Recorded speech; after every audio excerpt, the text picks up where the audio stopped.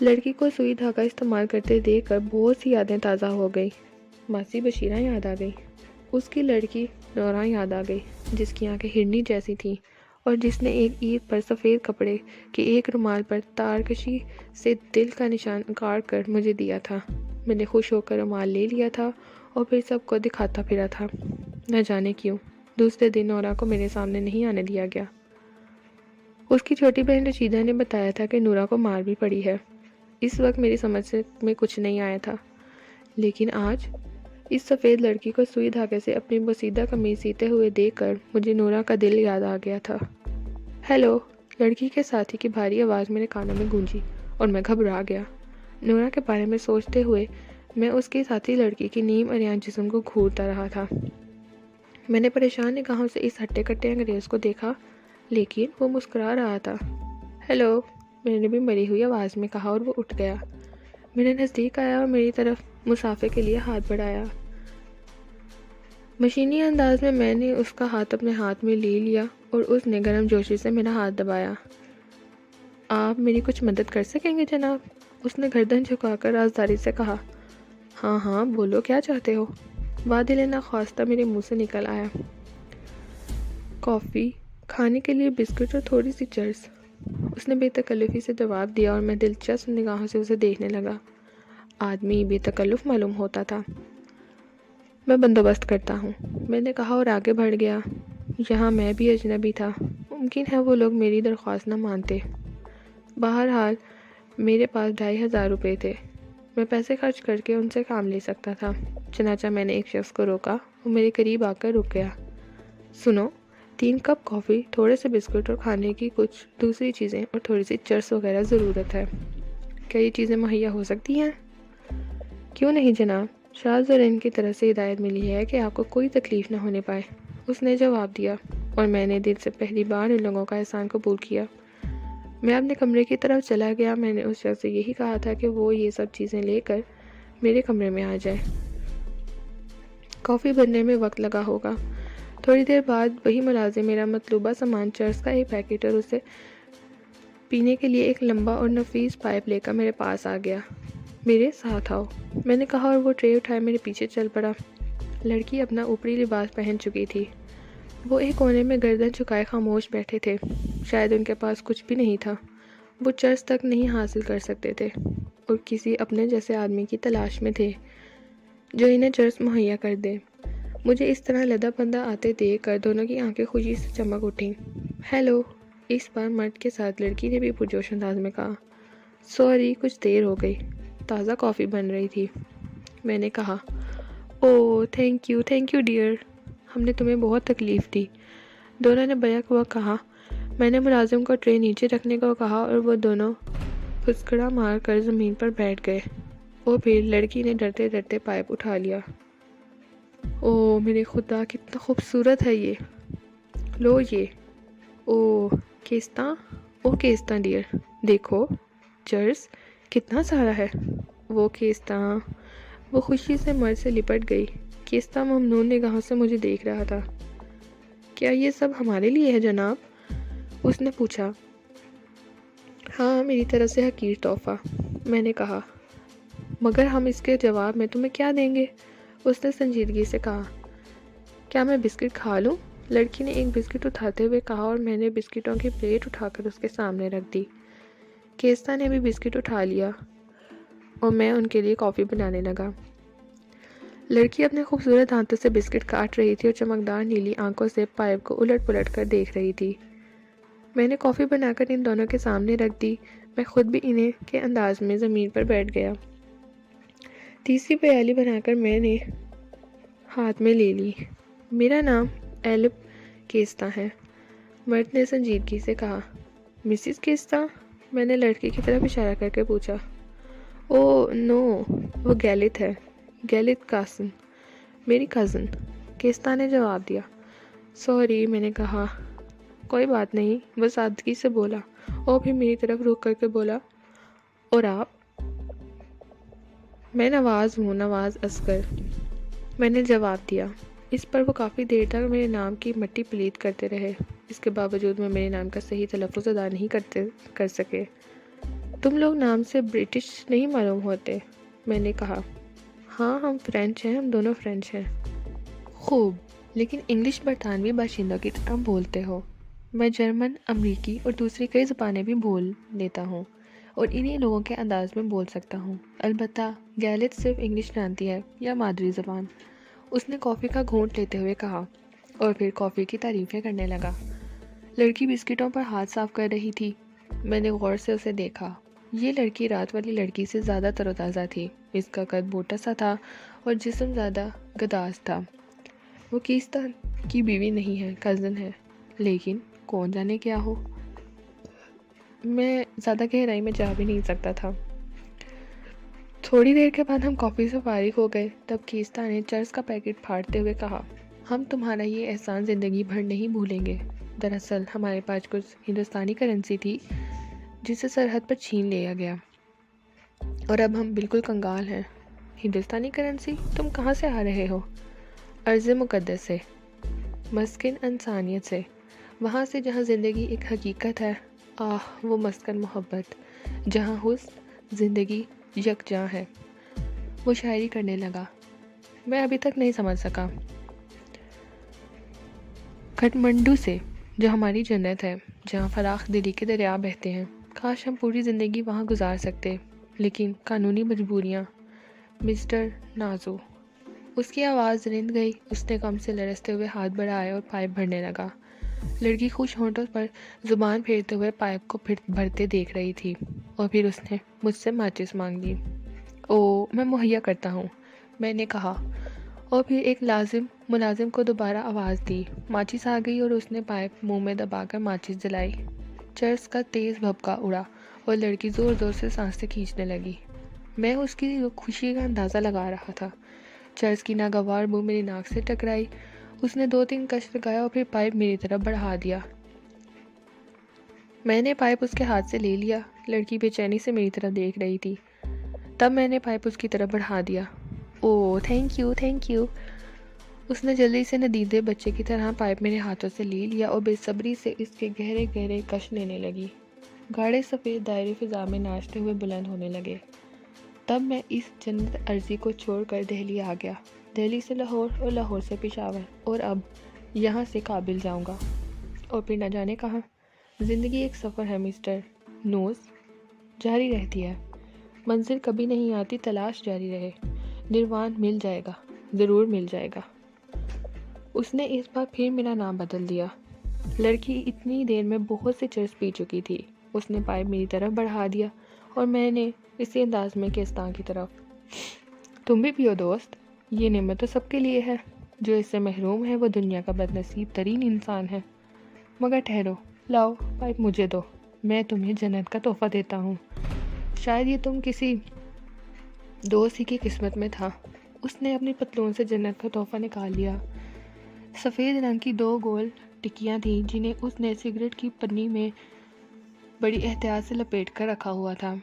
اس نے دونوں ٹکیاں ہتھیلی پر رکھ کر بڑی عقیدت سے میرے سامنے پیش کیں۔ یہ کیا ہے؟ میں نے تعجب سے پوچھا۔ ہیروئن، خاص ہیروئن، جسے کھا کر رگوں میں زندگی دوڑ جاتی ہے۔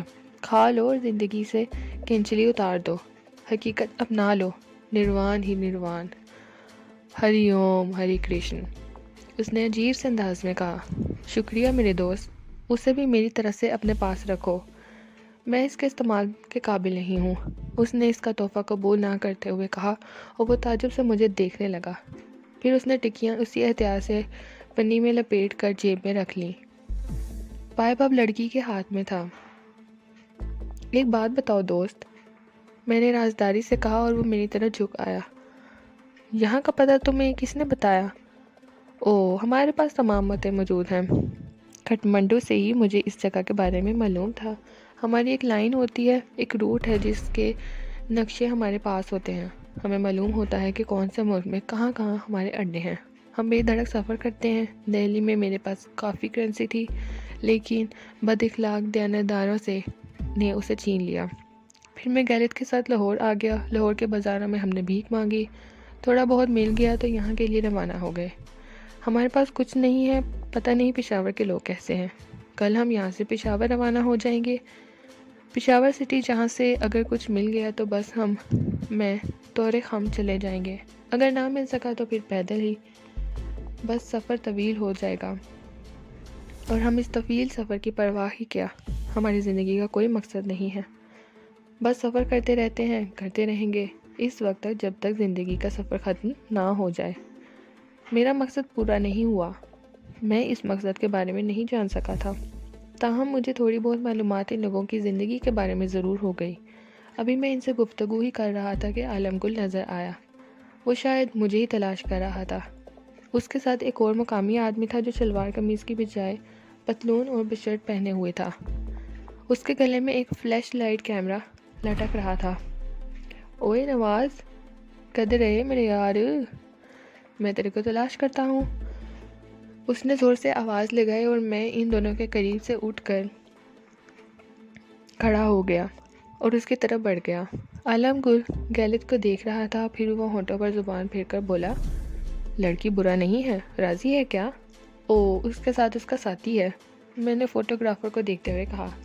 تو کیا ہوا بھائی صاحب، ان لوگوں کا کوئی ساتھی نہیں ہوتا، بس سالوں کو چرس دو پھر سب ٹھیک ہو جاتا ہے، رات کو تم نے دیکھا تھا۔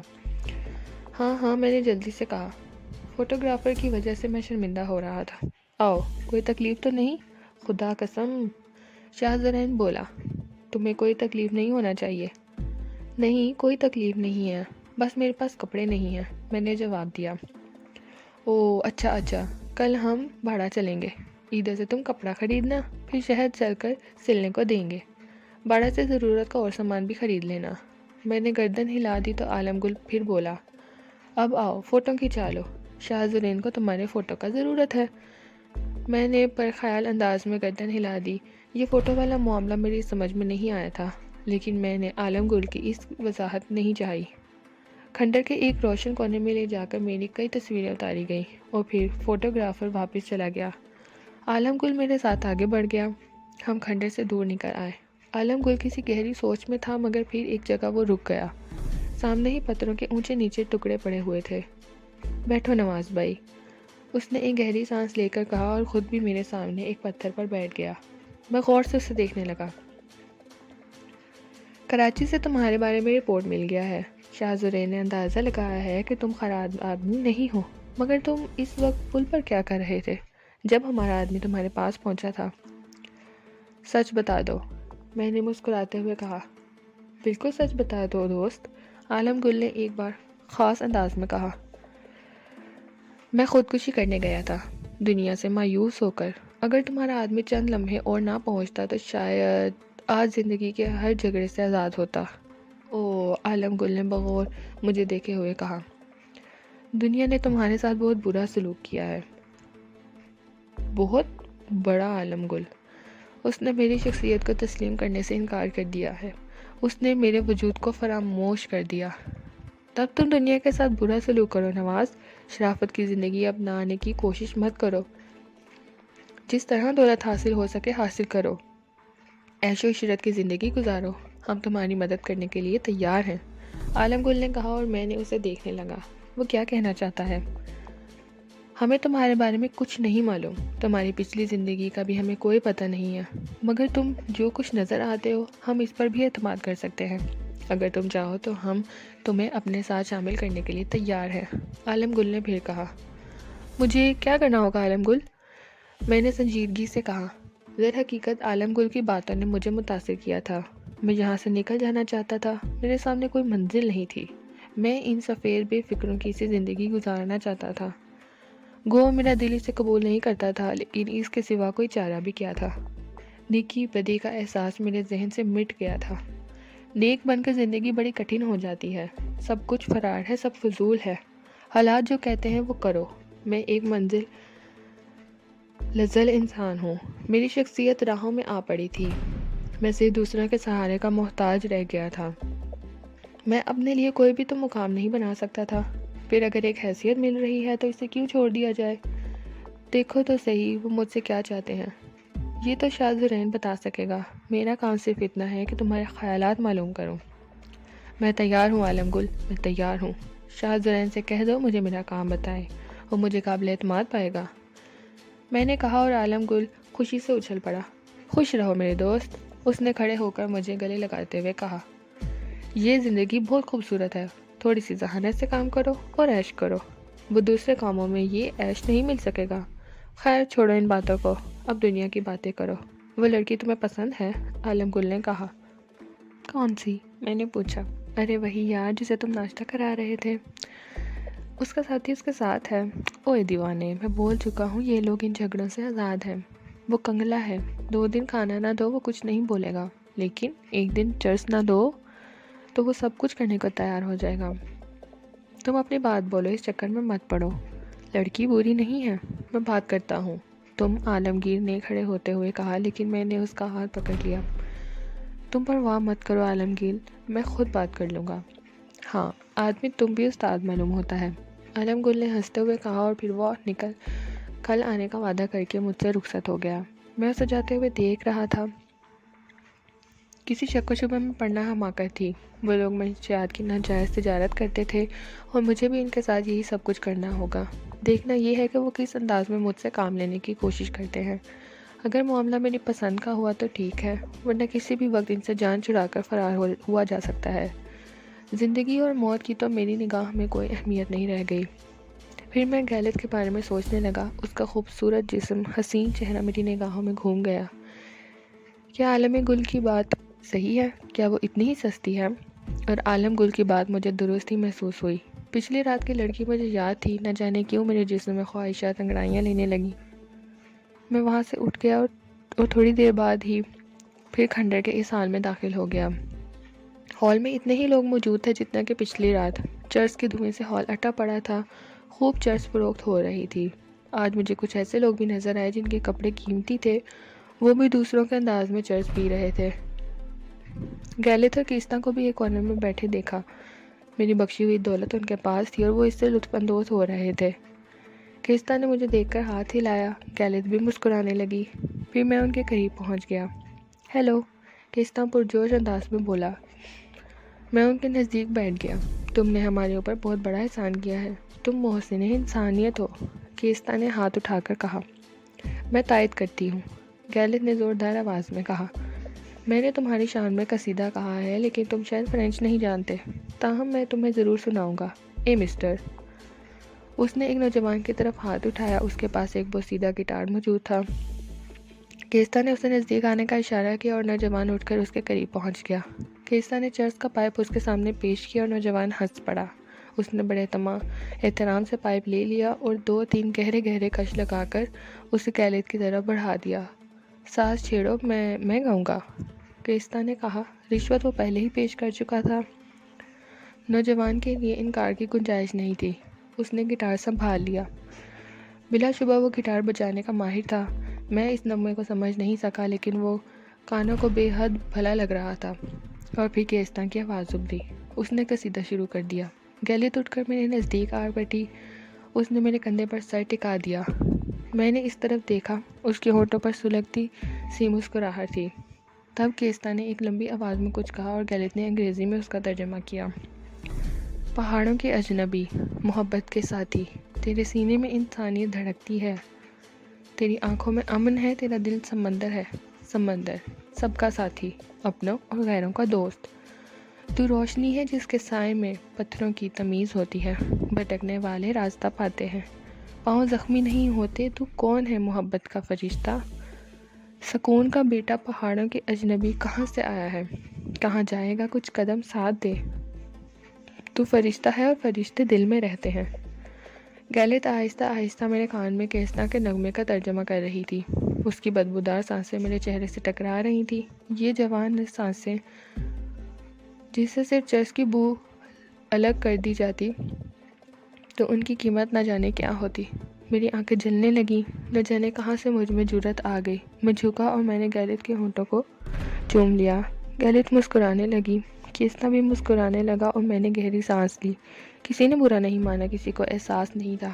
یہ سب مصنوعیت سے دور تھے، انہیں زندگی کی ضرورتوں کا احساس تھا۔ کیستا کا لغمہ ختم ہو گیا، بہت سے گوشوں میں تالیاں ابھریں اور کیستا نے گردن جھکا دی۔ گیلت نے میرا ہاتھ پکڑ کر مجھے کھڑا کیا اور پھر سب کے سامنے میری گردن چھپکا کر میرے ہونٹوں کا بوسہ لیا. میری پیشانی پسینے کے قطرات نمودار ہو گئے. کچھ بھی تھا، میں مشرقی تھا اور ابھی ان کی طرح حقیقت پسند نہیں بن سکتا تھا. میں گیلت کے پاس سے ہٹ آیا. پھر میں نے کیستا سے معذرت کی اور اپنے کمرے کی طرف چل پڑا. کوئی مقصد نہیں تھا، بس طبیعت میں عجیب سی کیفیت پیدا ہو گئی تھی. اس وجہ سے بھی آپ کو سمجھا دوں، مجھے اپنے ماحول، اس کے رسم و رواج سے نفرت ہو گئی تھی. لیکن میری زندگی بے داغ تھی. میں نے صرف غم روزگار دیکھا تھا. ایسے دور سے نہیں گزرا تھا جو بے حیائی اور بے غیرتی کا دور ہو. مجھے یہ سب کچھ ناپسند نہیں تھا، لیکن ایک خمیر میں گلا ہوا شرافت کا احساس، اپنے مشرقی ہونے کا احساس تھا. جرمن لڑکی میری زندگی کی پہلی لڑکی تھی جس نے مجھے عورت سے روشناس کرایا تھا. اور گیلت، اس کے ہونٹوں کے لمس کو میں نے صرف 48 گھنٹے میں دوسری بار چکھا تھا. مجھے یہ لمس پسند تھا، لیکن انتہائی تنہائی میں. ممکن ہے کبھی میں اس ماحول سے آشنا ہو جاؤں، میرے دل سے بھی شرم و حیا کے احساسات مٹ جائیں، لیکن ابھی میں کچا تھا. رات دیر تک میں اپنے کمرے سے نہیں نکلا. پھر ایک ملازم حسب معمول میرے لیے کھانا لایا اور کھانا دے کر مجھے وہ دونوں یاد آ گئے. ان کے پاس میرے دیے ہوئے چرس اور پائپ کے علاوہ اور کچھ نہیں تھا. دراصل ابھی مجھے ان لوگوں کے بارے میں مکمل معلومات نہیں ہے. یہ بہت بات کو معلوم ہوا کہ وہ کئی دن کھائے بغیر گزارا کر لیتے ہیں، صرف چرس ملتی رہے. بہرحال میں نے ملازم کو بلایا. سنو، میں نے اس سے کہا، ہال میں کیستا گیلت نامی ایک جوڑا موجود ہے، انہیں کھانے پینے کی چیزیں پہنچا دو. بہت بہتر جناب، ویسے یہ تو سب سالے بھوکے ہوتے ہیں، ملازم نے کہا. ٹھیک ہے، تم صرف ان دونوں کو پہنچا دو، میں نے کہا اور ملازم واپس چلا گیا. میں کھانا کھاتا رہا. کافی ہیپی جمع ہو گئے. میرا خیال تھا کہ آج رات بھی کل کی طرح ہنگامہ ہوگا، لیکن کافی وقت گزر گیا، کوئی آواز نہ سنائی دی. تب میں اپنے کمرے سے نکل آیا. میں نے ہال میں نگاہ دوڑائی. آج وہ سب مسرور تھے. صرف چرس کی دھوئیں کی بو پھیلی ہوئی تھی. چند اوندے ہو گئے، چند غنودہ پڑے تھے. کسی میں زندگی کے آثار نہیں تھے. ایک کونے میں کیستا بھی نظر آیا. وہ دونوں گھٹنوں میں سر دبائے بیٹھا تھا اور اس سے کچھ دور گیلت کروٹ لے لیٹی تھی. میں دور سے گیلت کے جسم کے اتار چڑھاؤ دیکھ رہا تھا. اگر قاعدے کے لباس اور قاعدے کی شکل میں ہوتی تو بلا شبہ جسمانی طور پر ایک حسین ترین عورت ہوتی. بہرحال ان لوگوں کی طرف سے مایوس ہو کر میں واپس اپنے کمرے میں آ گیا. اوپری لباس اتارا اور مسہری پر دراز ہو گیا. عالم گل نے کل کا وعدہ کیا ہے. رقم میرے پاس موجود ہے. سامان خریدوں گا. ضرورت کی چیزوں کی ایک فہرست تیار کرنے لگا. شیو کافی بڑھ گئی تھی. بال خشک اور بکھرے ہوئے تھے اور لباس کے علاوہ بھی کئی چیزوں کی ضرورت تھی. انہی خیالات میں مجھے نیند آ گئی اور پھر میری نیند پکی بھی نہیں ہوئی تھی کہ مجھے اپنے دروازے سے کسی کے ٹکرانے کی آواز سنائی دی. کون ہے؟ دوسرے لمحے میں نے آواز دی، لیکن ٹکرانے سے دروازے کا پٹ کھل گیا تھا اور اس میں مجھے لہراتے ہوئے بال نظر آئے. مسٹر نور، مجھے گیلت کی آواز سنائی دی اور میں نے مسہری سے چھلانگ لگا دی. دوسرے لمحے میں گیلت کے جسم کو سنبھالتے ہوئے اندر لے آیا. میں نے دروازہ اندر سے بند کر دیا. گیلت نے نشہ آلود سرخ آنکھیں اٹھائیں اور مجھے دیکھ کر مسکرانے لگی. میں نے بھرپور نگاہوں سے اسے دیکھا اور پھر اسے سہارا دیتے ہوئے کرسی تک لے آیا. گیلت بیٹھ گئی. کیا بات ہے گیلت، میرے لائق کوئی کام؟ میں نے استفسار کیا. میں تمہارا شکریہ ادا کرنے آئی ہوں. تم نے ہم لوگوں پر بہت بڑا احسان کیا ہے. تم میرے دوست ہو. احسان کیسا؟ میں نے کہا. تم بہت سویٹ ہو، بہت اچھے. وہ کرسی سے اٹھی اور مجھ سے لپٹ گئی. میرے جسم میں اور میرے ذہن میں ایک آگ بھڑک اٹھی. میں نے اسے پیار بھری نگاہوں سے دیکھا اور باہوں میں سمیٹ لیا. وہ میرے سینے میں منہ چھپائے لیٹی تھی اور ایک بولہوس پتنگا اس کے سنہرے بازو پر آ بیٹھا تھا. مجھے پتنگے کی مداخلت پسند نہ آئی اور میں نے اسے ہاتھ سے جھاڑ دیا. پھر میں نے اسے آواز دی. گیلت؟ اس نے آنکھیں بند کیے نشہ آلود انداز میں مسکراتے ہوئے کہا. کیستا تمہارا کون ہے؟ ساتھی اور بس، اس نے جواب دیا. میرا مطلب ہے کیا وہ بھی تمہیں حاصل کر چکا ہے جس طرح میں؟ درجنوں بار، اس نے بڑے سکون اور لاپرواہی سے کہا اور میں چونک پڑا. کئی منٹ تک میں اسے دیکھتا رہا. میرے دل کی کیفیت بدلنے لگی. میری مشرقی رقابت اوت کر آنے لگی. اسے معلوم ہوگا کہ تم میرے پاس آئی ہو تو اسے معلوم ہے. اور اس نے اعتراض نہیں کیا۔ اعتراض؟ کیوں؟ اس نے آنکھیں کھول دیں۔ اس کے لیے یہ انوکھی بات تھی کہ کوئی کسی کی آغوش میں جانے پر اعتراض کرے۔ میرے پاس اس کیوں کا کوئی جواب نہیں تھا۔ یہ سنہری بدن بے قیمت تھا، اس کی کوئی قیمت نہیں تھی، اسے کوئی بھی حاصل کر سکتا تھا۔ عالم گل کے الفاظ مجھے یاد آ گئے۔ ظاہر ہے میرا اور ان لوگوں کا تعارف بھی کتنا تھا، جبکہ عالم گل انہیں نہ جانے کب سے جانتا تھا۔ پھر میں نے اس سلسلے میں کچھ نہ کہا، البتہ میں نے اس سے پوچھا، یہاں سے جانے کے بعد تو مجھے بھول جاؤ گی گیلت؟ ہاں، بھول جانا ضروری ہوتا ہے۔ زندگی ایک اسکرین ہے، سینکڑوں تصویریں نظر آتی ہیں، غائب ہو جاتی ہیں، کس سے یاد رکھا جائے اور کس سے رکھتے ہی ملتا بھی جائے۔ اس نے صاف گوئی سے کہا، یہاں سے کہاں جاؤ گی؟ پشاور۔ لیکن کیستا نے کہا ہے کہ میں تم سے کچھ رقم مانگنے کی کوشش کروں، اگر رقم مل جائے تو ہم سیدھے کابل روانہ ہو جائیں گے۔ نہ جانے کیوں میرا موڈ خراب ہو گیا۔ میں مسیری سے اٹھ گیا۔ میں نے اپنا لباس پہنا۔ کتنی رقم چاہیے؟ صرف کابل تک کا کرایہ، تھوڑی سی چرس۔ اس نے جواب دیا اور میں نے اپنے لباس سے 100 کے 3 نوٹ نکال کر اس کے ہاتھ پر رکھ دیے۔ گیلت کی آنکھیں مسرت و خوشی سے پھیل گئیں، اس کا سارا نشہ یکدم اتر گیا۔ او میرے خدا، یو آر گریٹ ڈارلنگ۔ وہ اچھل کر مجھ سے لپٹ گئی، لیکن میری گرم جوشی ختم ہو گئی تھی۔ اب وہ مجھے بالکل متاثر نہیں کر رہی تھی۔ مجھے اس کے نظریے سے اختلاف تھا، میں اسے زندگی بھر کے لیے نہیں اپنانا چاہتا تھا، لیکن میری خواہش تھی کہ وہ مجھے یاد رکھے، اور اس کے واپس چلے جانے کے بعد مجھے اس خواہش کے اہم کانہ ہونے کا احساس ہوا۔ حماقت، گدھا پن۔ انہوں نے دنیا چھوڑ دی ہے کیونکہ انہوں نے انسانیت کے تمام اصول تج کر دیے ہیں۔ نہ جانے گیلت کون سے خاندان کی چشم و چراغ ہے، نہ جانے کیستا کا باپ فرانس میں کیا کرتا ہوگا۔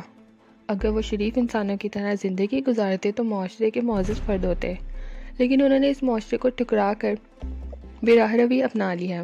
پھر وہ میرے چند کاغذ کے ٹکڑوں اور تھوڑی سی چرس کو کیا خاطر میں لاتے؟